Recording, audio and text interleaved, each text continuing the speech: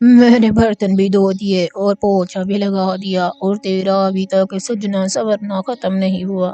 آپ جب دیکھو مجھے ڈانٹتی ہی رہتی ہو۔ ارے ڈانٹتی نہیں ہوں، سمجھاتی ہوں، تو بڑی ہو گئی ہے بیٹی، تیری شادی کی عمر ہو گئی ہے، گھر کے کاموں میں بھی من لگا لیا کر، ورنہ سسرال میں ڈانٹ کھائے گی اور میری ناک کٹوائے گی۔ ماں، آپ کی بیٹی اتنی سندر ہے کہ کوئی امیر چڑا آئے گا اور رانی بنا کے رکھے گا مجھے۔ ہم دونوں کی تو قسمت ہی بدل جائے گی۔ اچھا، تو امیر گھر سے آیا لڑکا گاڑی بھر کے دہیج نہیں مانگے گا؟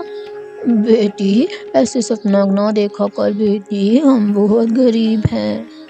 بس ماں میں بنا لیتی ہوں کھانا، اب کچھ مت کہو۔ گوری غصے سے رسوئی میں چلی جاتی ہے اور وہاں زور زور سے برتن پٹکنے لگتی ہے۔ ایسے ہی کچھ دن بیت جاتے ہیں۔ پھر ایک دن، وہ لڑکے والے کب آ رہے ہیں؟ جلدی تیار ہو جا بیٹا، وہ بس آتے ہی ہوں گے۔ وہ سب تو ٹھیک ہے، پر وہ امیر تو ہے نا؟ ہاں بیٹا، اس کی فکر مت کر، گاڑی میں آ رہے ہیں۔ پھر تو ضرور امیر لوگ ہوں گے۔ دیکھنا ماں، میری خوبصورتی دیکھ کر وہ مجھے بنا دہیج کے لے جائیں گے۔ کیا ہوا ماں، میری باتوں پہ ہنس کیوں رہی ہو؟ کچھ نہیں بیٹی۔ تھوڑی دیر بعد بڑی چمچماتی گاڑی گوری کے گھر کے سامنے کھڑی ہوئی۔ پہلے تو انہوں نے گوری کے گھر کو دیکھا اور ناک بھاؤ سکونے لگے۔ پھر انہوں نے گوری کی ماں سے لاکھوں کے جہیز کی مانگ کر ڈالی۔ یہ سن کر تو گوری حیران رہ گئی۔ پھر گوری کی ماں نے ہنستے ہوئے کہا، بہن جی، آپ اپنے بیٹے کو لے جائیے، میرے پاس تو اتنے پیسے نہیں ہیں کہ میں اپنی بیٹی کو لاکھوں کا دہیج دے سکوں۔ رشتے والے گوری کی ماں کو کھری کھوٹی سنا کر چلے گئے۔ گوری کی ماں کے چہرے پر ذرا بھر دکھ نہیں تھا۔ یہ ہماری بے عزتی نہیں ہے بیٹی، یہی ہماری حیثیت ہے، میں تو یہ سب پہلے سے جانتی تھی۔ رشتے تب ہی بنتے ہیں اور نبھائے جاتے ہیں جب برابری کے ہوں۔ گوری کچھ نہیں بولی اور اداس ہو کر کمرے میں چلی گئی۔ خوبصورتی کا گھمنڈ ٹوٹ گیا تھا۔ کچھ دنوں بعد گوری شادی کے لیے مان گئی۔ اس کی ماں نے اس کی شادی کالو کوے سے کرا دی۔ کالو کوا بارات میں کرائے کی کار لے کر آیا تھا۔ کار میں گوری کالو کوے کے ساتھ بیٹھ کر سوچنے لگی، کیا فائدہ ہوا اتنی خوبصورتی کا؟ بچپن بھی غریبی میں گزرا اور آگے کی زندگی بھی غریبی میں۔ ماں، یہ کیا کر دیا آپ نے؟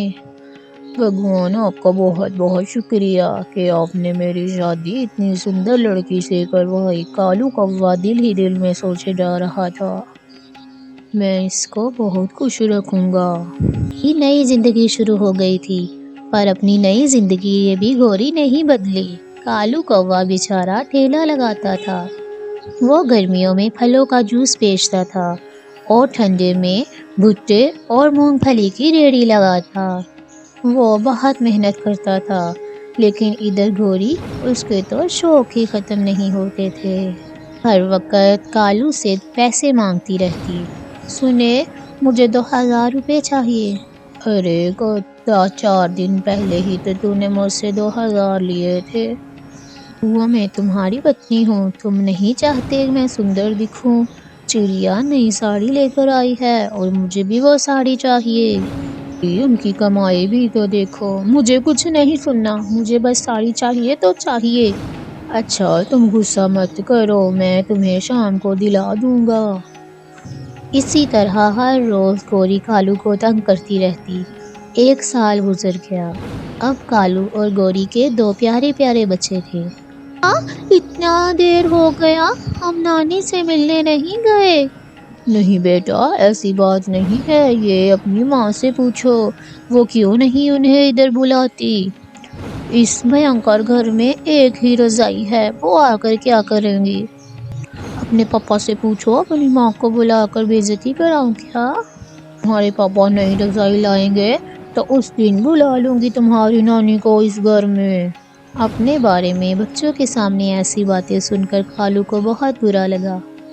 لیکن اس نے گوری کو کچھ نہیں کہا اور ناراض ہو کر گھر سے نکل گیا اور ایک پیڑ پر بیٹھ کر سوچنے لگا، ہے بھگوان، کیسے بڑھاؤں میں اپنی کمائی؟ جو بھی کماتا ہوں گوری کے خرچوں میں چلا جاتا ہے، باقی بچے پیسے بچوں کی پڑھائی میں چلے جاتے ہیں، میں اچھا پتی اور اچھا باپ نہیں بن پایا۔ کوا پریشان اور مجبور تھا لیکن کچھ نہیں کر سکتا تھا۔ ادھر بچوں کی بھی بھگوان نے سن لی۔ 2 دن بعد نانی بچوں کی گوری کے گھر میں آ جاتی ہے۔ کالو کدھر ہو؟ ارے ماں آپ آ جائیں، اتنی پریشانی ہوئی ہوگی آپ کو آنے میں، مجھے پتا ہوتا تو میں خود آپ کو لینے آ جاتا۔ انک ٹھیک تو ہے نا سب؟ ارے بیٹا، سارے جواب سوال یہی کرو گی کہ اندر بھی بلاؤ گی؟ ہاں آئے نا ماں۔ گھر آتے ہی گوری کی ماں نے دیکھا کہ سارا سامان گھر کا بکھرا ہوا تھا، پر ہاں گوری کے میک اپ کا سامان بالکل ٹھیک جگہ پڑا ہوا تھا۔ یہ سب دیکھ کر گوری کی ماں سمجھ گئی کہ گوری ابھی بھی نہیں بدلی۔ اپنی ساری غریبی کی داستان اپنی ماں کو سناتی ہے۔ کیا سپنے دیکھے تھے میں نے اور کیا ملی زندگی مجھے؟ پر اس میں کالو کی تو کوئی غلطی نہیں ہے نا؟ میری ہے ماں۔ ہاں، امیر ہونے کا سپنا تم نے دیکھا تھا اور اس کو پورا کرنے کے لیے تمہیں بھی محنت کرنی ہوگی۔ میں دیکھ رہی ہوں تو ہر سمے کالو کو ہی کوستی رہتی ہے، پر تیرے میک اپ میں تو کوئی کمی نہیں دکھ رہی، مدد کرنی چاہیے۔ تو کیا میں بھی مونگ پھلی بیچوں؟ مونگ پھلی نہ صحیح پر تو لڈو تو بنا سکتی ہے نا؟ جب گاڑی کے 2 پہیے ہوں گے تو گاڑی تیز رفتار سے دوڑے گی۔ کو کوستی رہتی ہے، ہزاروں روپے اپنے میک اپ میں اڑاتی ہے اور ایک رجائی تک نہیں بنا پائی۔ اس دن گوری کو اپنی اصلیت سمجھ آئی اور رونے لگی۔ اس طرح گوری کو عقل آ گئی۔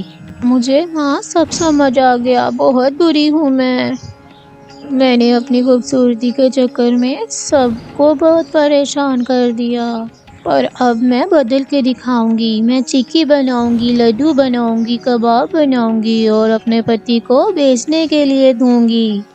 اگلے دن گوری کی ماں نے گوری کو چکی اور لڈو بنانا سکھایا۔